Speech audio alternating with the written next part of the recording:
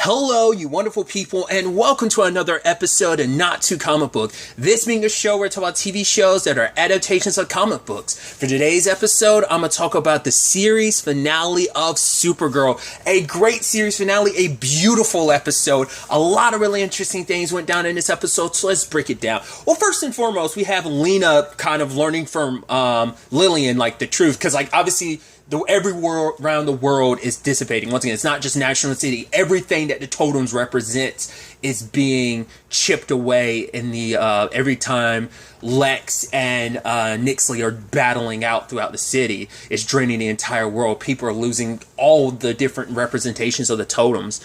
But Lillian wants to tell Lena the truth because she's like, I basically stifled what you are. I had talismans hidden all over the place because I've known what you are. I've known what your mom was your entire life, but I wanted to steer you towards being a Luthor. So I put science in you and stifled, and because of that bright light, that light that you could be, I didn't want you to become like your mom, because she saw, like, right, that light in you could end up like your mom, and like I knew what magic and everything did to your mom, so I didn't want that to happen to you. But it's like, right, it's like, oh, so you want me to use this power of mine for my brother? It's like, no, forget about Lex. Forget about what I wanted you to be. Like, for the first time in your life, I want you to just be you. Like, because once again, this was the first time she'd ever really been a mother to, first time she was ever really kind of a mother to Lex. First time she's ever really been a real, like, mother to Lena, you know? And sadly, like, she wasn't, she wanted to at least give this to Lena. She felt like she owed it to Lena because she'd kind of taken this from her entire life, so at the same time, Kara made her decision about what to do going forward, because it's like, right, we've been trying, like, and I think it's so symbolic of, like, what we've been doing, what I've been doing ever since I became Supergirl. What have I been trying to do? I've been trying to save everyone, but the fact of the matter is we're all in this together, rather than being like, oh, it's my duty as a superhero to save the entire Earth. It's like, no, we are supposed to be in this together. Like, us and the world together are supposed to be partners. So Brainy uses his Legion crown, and with Lena's spell, they're going to open everyone's hearts to listen to Kara's speech. And I think it's so beautiful, and because that is always, and I think it's the beautiful way for this to all end. I mean, that's how, like, Myriad was defeated in the first place. So that theme of just being what they represent, what that symbol, the House of L symbol represents, being the embodiment of that. She is the paragon of hope too, so it's only befitting to give, like, her words resonate out. It's also interesting when you actually think about it, because obviously a similar thing happened in Wonder Woman 1984, where Linda Carter popped up, because she was Wonder Woman, but she was also the president in this universe at one point in time. So it's, in particular on Supergirl, so it's like very befitting in that, like, there's correlation there you can think about as well. But she was able to inspire everyone about, because Orlando's speech inspired her, and she was able to take that inspiration and, give it to everyone else. It's like, we're in this together, like, and whether it's Andrea, whether it's even Mitch himself, which I love that he got inspired, but inspiring everyone drained the totems of their powers, and it's time to take care of Lex and Nixley once and for all. But they're not going down without a fight, as we get kind of our greatest hits, as we got, like, that alien creature, we got the dragon, we've got, I think Overgirl is her name, the Kara from Earth X, it was like Metallo, and I'm like, dude, we're getting, like, some big hits. Plus, in front of us is the fifth dimensional being Nixley, as well as one of the OG villains to the supers, Lex Luthor. So I think it's only befitting, and lo and behold, like, everyone comes together for this.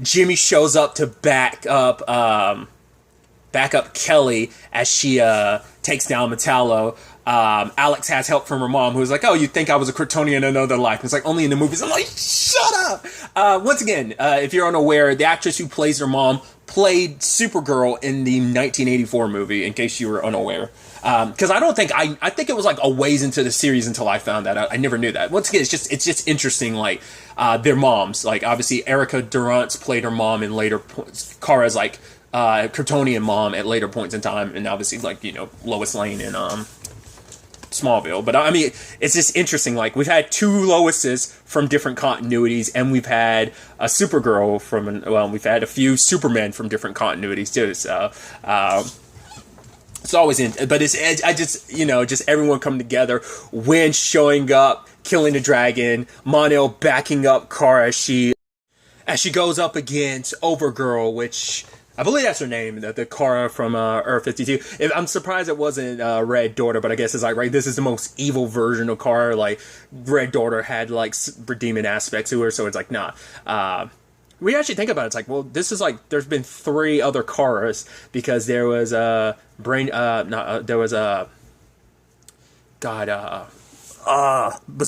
Kara, then there was Red Daughter Kara, and, well, there was,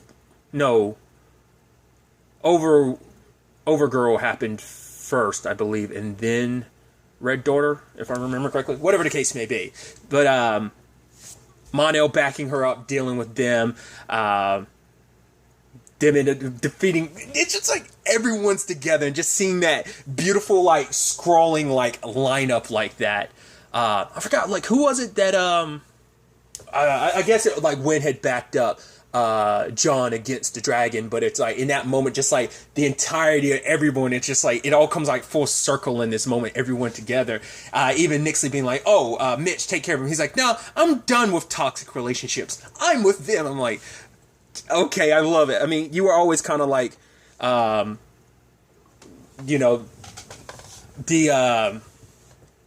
kind of sadly their whipping boy, essentially. Like, you were just kind of like the henchman in this regard. So it's like standing up for yourself. Good on you, Mitch. But I guess it's like, right, you were inspired like everyone else. Lena took care of the dream monster, as like, Nia had gone toe to toe with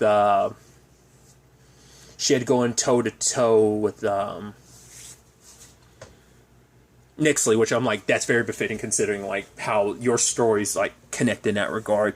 But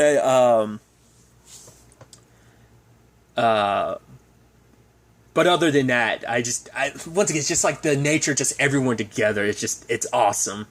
Even Andrea coming to back Lena up when Lex was confronting her, but there they stand, like, not just the super friends, the entire, like, cities behind them is like, no, they're not in this alone. Like, no matter what you're going to throw at us, I'm not backing down. And, like, John's like, we're here with you, too. Then, like, the entire city's behind them as well. It's very beautiful. And then, obviously, Lex calls in the Phantoms, which, obviously, Nixley's not too happy about that, but in that moment, rather than going after everyone else, because the totems have lost all their power because everyone's taking it back, now they come after them, which is like, it's befitting, one, both of them being trapped in the Phantom Zone together, so gives them time potentially to work out their trust and love issues. Like, maybe they'll be able to rekindle their flames, but it's also like, because their hubris was them overcompensating for their fear, because like, they were outmatched, outnumbered, they didn't have the powers that they had before. I mean, for one, Nixley's already afraid of the Phantom Zone because she has PTSD associated with it, so back to where she started, and Lex is there with her. Like I said, I think it's a place of like very befitting for them to be trapped. They're considering like, well, Lex trapped her at the Kara in the Phantom Zone at the beginning, and now it all comes full circle. So you kind of feel at least a little bad for Nixley, but still, it's just like she kind of brought it onto herself. But in that moment, they stood together, victorious. Obviously, there's William's funeral. Like, they're able to properly bury him and give him, And obviously, Andrea talks about honors being like, brought up in his name. But the DEO is being reinstated. But obviously, Alex is worried about, like, right, but then there's going to be the red tape again. Because it's like, right, the DEO is not going to, because there's extra normal stuff besides extraterrestrial, so, but it's like, now they can use the DEO. It's like, right, but now we can inspire others. Like, we can do so much more, like, be not just here in the vein of just being superheroes, that we could be civil service, like, we can help out. And so being there in many other facets of being a superhero, because I don't know, because I'm never well versed in the comics, but I always associate that with like being that public figure, being such a thing that doesn't get tackled too much. It gets brought up sometimes in the shows, But, I feel like it's always like, like, oh, the superhero PSAs and stuff like that. Like, I think there's still moments of that, like in the comics and stuff like that, because they deal with real world issues like global warming and, like legitimate issues like that Supergirl like brings up from time to time, but other stuff will as well. But it's like it seems like such an old thing in like comics to really do that. But I mean, comics are always a reflection of the world and the real issues that get tackled. So, but that's once again that's coming from someone who's never had experience reading comics, older ones or even more recent ones. But I think that's still like obviously represented still today. It's just like I think it's still like ingrained in my head to think it's like an old school comic thing, but it's like, no, it's still just alive as well as it is today. So it's just kind of reflective of that. Just like, yeah, so I just thought there's just kind of a symbolic and beautiful nature, just them all being there for each other in that moment. Obviously, Mon-El saying that this will probably be his last time ever coming back to this time period. He can't be there for Alex and, Kelly's wedding, sadly, because with everything going on like on the Legion's plate. But for him, it's like, but what you do today, your speech, Kara, is going to inspire you inspire all of us to be the better versions of ourselves. And Brainy having to say goodbye to Nia, Wynn planning on coming back for the wedding, but and we skip to 2 weeks later where it's a situation of like, yeah, like Kara wants to jump into action, but it's like, oh, right, with the cat in the tree, it's like, right, people came together, they don't need me as much anymore. Then she gets called from Ken, you're like, yeah, listen for Kara, yeah! And she's talking about like still calling her Kira, and you're like, okay, even after all this time, still can't get it right, Miss Grant. She's gotten it right like once or twice, but still. I guess it's almost like an endearing thing. It's also very befitting because it's like, right, a younger version of her character. Obviously, when Brainy and Nia were in the past, they ran into a younger version of Cat Grant before she became the illustrious Cat Grant that she became and still is. That so I think it's very befitting to have her back because it's like, it all comes full circle in this regard. And it's about, Kat offering her a job. It's like, about the coral reefs and stuff like that. And she's just like, oh, I hate people. People are stupid. I'm just like, oh, my God, I love you so much, Miss Grant. But the fact is that she's offering Kara a job. It's like, oh, I bought back Catco from Andrea. It's like, she's like, right, like reporting. It's very important to report on what's essential. So it's about... like she's got that, she's like at her heart, she's a reporter. So I think it was like almost like on a journey being like, right, this is where I belong and I want you by my side. Like you need to be going to be my editor in chief. But Kara feels conflicted because it's like, right, the reason why I stopped being Kara was because like it was getting in the way. Like I can't balance Supergirl and Kara anymore because being Kara gets in the way of stuff me doing as Supergirl, but also being Supergirl gets in the way of me. Like those two sides conflict with themselves too much that she learned that it's been an issue in the past, but it never became as prevalent to her as it was this season, how she was always a step behind on both fronts. And so for her, it's like, if I go back, like, so what am I supposed to do? Like, she's like, I'm empowering everyone else, but she's like, I feel like I'm the weakest person in this moment because it's like everyone else is finding this strength and she inspired so many people, but it's like, sadly, she couldn't and it's, once again, it's always easier to like give advice to others and it's always sometimes harder for us to get, take that advice ourselves. It's kind of that situation. But Alex was like, no, I know you'll figure it out.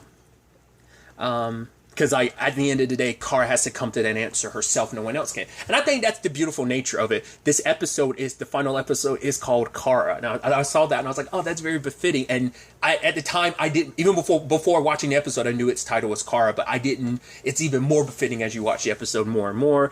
Obviously, just like, this episode was just honestly just filled with so much love, too. Just like knowing that, like, yeah, everything, like, I mean, granted, the good nature of everything is only going to last so long, so we got to keep going, keep working hard to continue the good work. And so that the nature of like doing all we can to be there for each other, that we're not just like, oh, superheroes, like, no, we're here, we're connected, like we have to be just as much invested in the community, be just as much a part, like, 'cause we're all in this together, not just like, oh, we're the superheroes to save the day. It's like, no, it's only us as everyone, superheroes, regular people, like heroes in general, like everyone working together where everything we can make this a better world.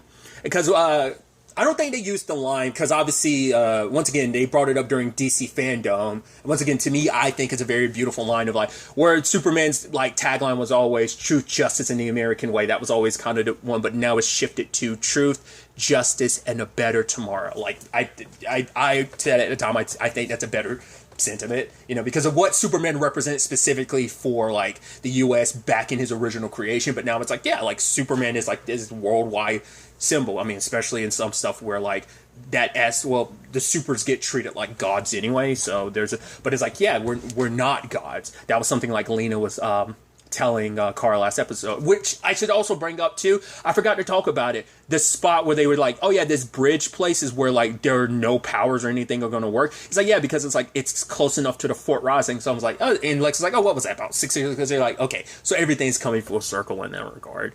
But the wedding was beautiful. It's just like, just everyone, like the entire Danvers family, like Mama Danvers, Alex, Esme, Kara, and then Jimmy and Kelly. It's like Dad would be so proud of, of each of them. It's beautiful, dude. It's just like it feels you just feel so good. Wynn and Kara singing, which I forgot, like, obviously, like, Melissa Benoist can, like, really sing, because I'm like, oh, she was on, because I forget that she was on Glee, too.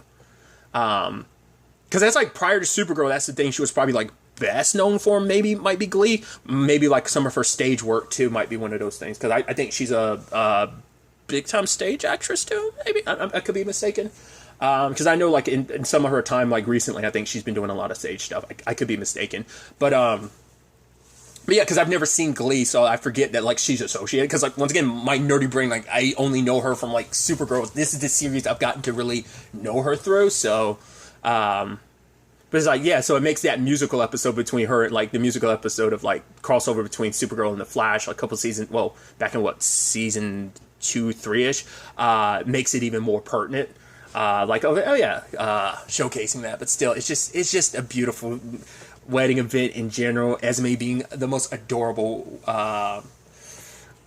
You having John walk Alex down the aisle and having Jimmy walk Kelly down the aisle, and I love that Jimmy gave Esme like a camera because it's like, right, I want to keep the tradition going because my dad gave me this camera and I want to give it to you. And I'm like, Dad. She's like, and she's a kid. She's like, Uncle Jimmy. I'm like, Can this little bundle of joy even being like, with the Danvers, like, I want a hug too. It's like, it's so adorable, dude. I love it so much.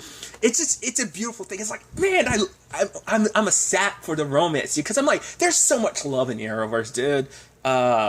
Whether it's like Oliver and Felicity, Barry and Iris, who just like got their, like, in the season 7's finale, like kind of renewing their vows, kind of getting married again. Obviously, Ava and Sarah got married last season in the season 6 finale of Legends of Tomorrow. In the series finale, there's like Grace and Anissa. You also had even Jeff and Lynn, working things out. So there's just a lot of love in this universe. There was another couple that I was thinking about. Hell, you even have Nia and Brainy, because like it's like, we're back. It's like he's back, and she's like, well, what if us being together, is kind of going to destroy the future, space-time continuum. But for him, it's like, the future isn't written. We get to write it ourselves. Like, once again, there's always that thing of like, yeah, time is set in stone, but is it really set in stone? So it's like they get to forge the future and figure it out on their own, because for him, it's like protecting people is one thing, but obviously the most important thing is being there for Nia, having each other in each other's lives, So I'm glad. I was scared. I was like, oh, that sucks. Especially because she's like, oh yeah, I get to see Wynn there, but no, like, obviously no Brainy. But it's like, yeah, you're here. He's like, yeah, I'm wondering if you have a +1 to this. I'm like, that's amazing. I even love that when the bouquet got thrown, Nia used her powers to grab it. She's like, I don't look at it as cheating, more being taking the initiative. Also, Wynn saying like, oh yeah, everything's gonna work out to DEO. I heard it as much from yours and McGon's son. He's like, wait, my son? And you're like, spoilers, Wynn. I love it, dude. It's just so good.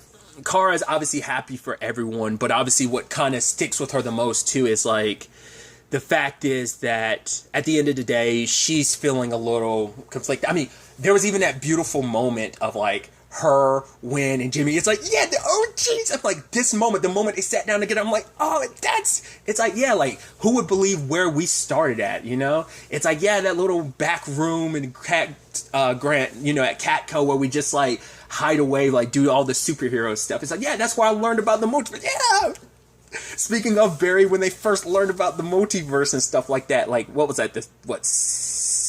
Third to last episode of season 1. That was what I think that's what that was. But it's like, man, it's so reminiscing. It just gets you all giddy just about everything, and yeah, just kind of look at how far they've come, you know, and how far they've grown. It's like, yeah, I'm like missed like us being able to just be together, but it's like all that Jimmy's accomplished, all that Wynn's accomplished, all that Kara's accomplished. And she gets a call from Kat because it's like, oh, you still haven't signed the signature, so what's going on? And it's like, well, I'm conflicted between the two sides of myself. And she's like, yes, because you're Supergirl. And you're like, wait, you know? And she's like, wait, you knew? It's like, oh yeah, because I was thinking like, right, she doesn't know that Kat knows. It's like, we as the audience have known for a long time that Kat knows exactly who Kara is, but Kara's never, Kira is, but she hasn't known. And it's like, oh, I've known.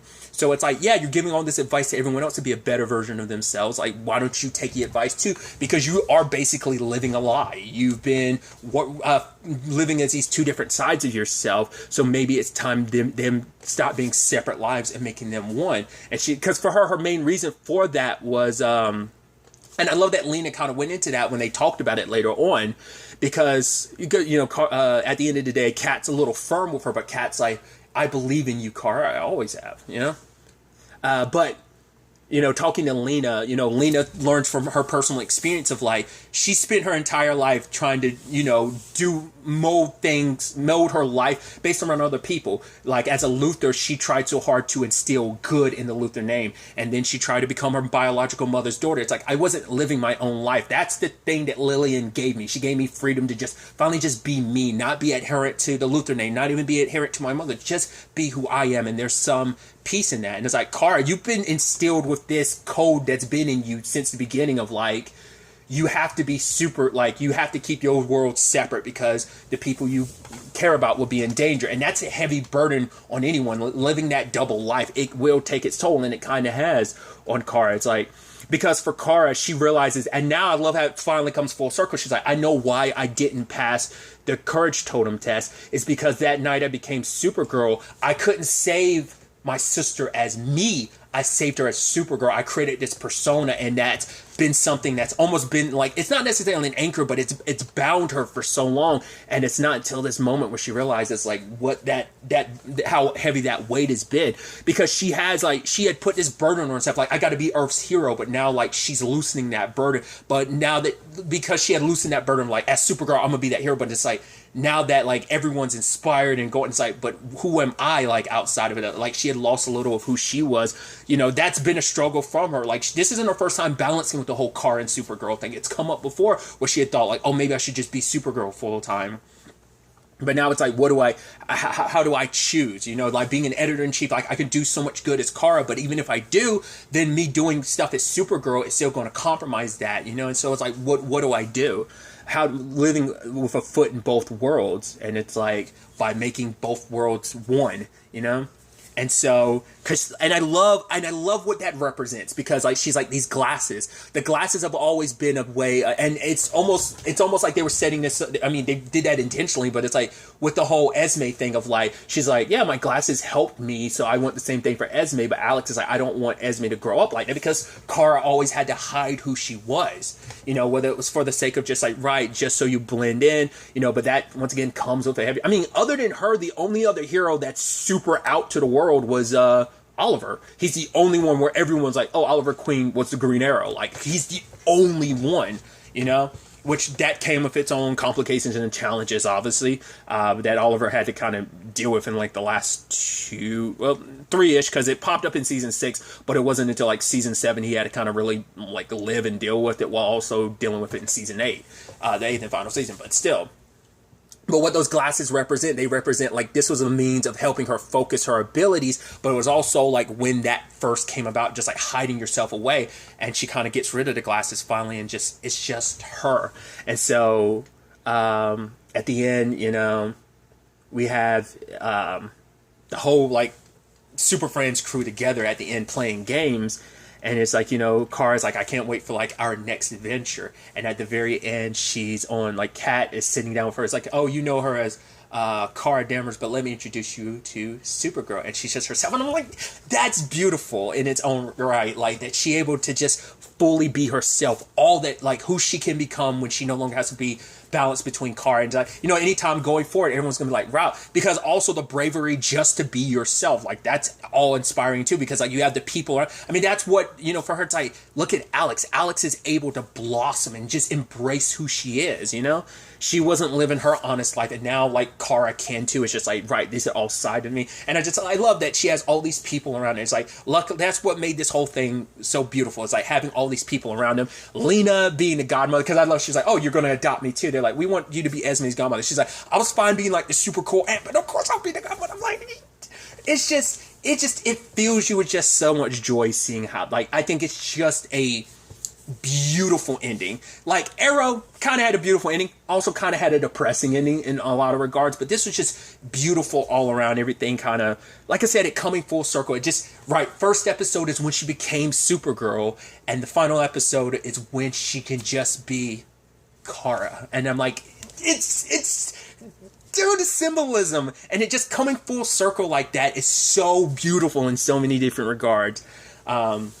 Once again, it does hit me with that sadness to know, like, man, it's sad to know it's over, but at the same time, it's the beauty of this Arrowverse. Forever, like, whether or not it ends at some point in time, to know, like, this universe existed, that this all takes place in this continuity, these connections. Once again, they could always get pulled from in the future. Like, nothing's ever completely gone. Like, if people want to come back for stuff, they can. That, you know, granted, hopefully they get paid for their time, and it's not like a last minute thing, you know, as long as it's not something like that, unless it's like, hey, give people, like, treat people right, make sure they get paid appropriately, and also just give them a heads up ahead of time, then, like, you know, stuff could always be brought together. Like, you know, because we just had like the celebration of Legends 100th episodes, and now this. It's beautiful, man, all around. And I am sad to see this all end, but like I said, it's just such a beautiful ending too.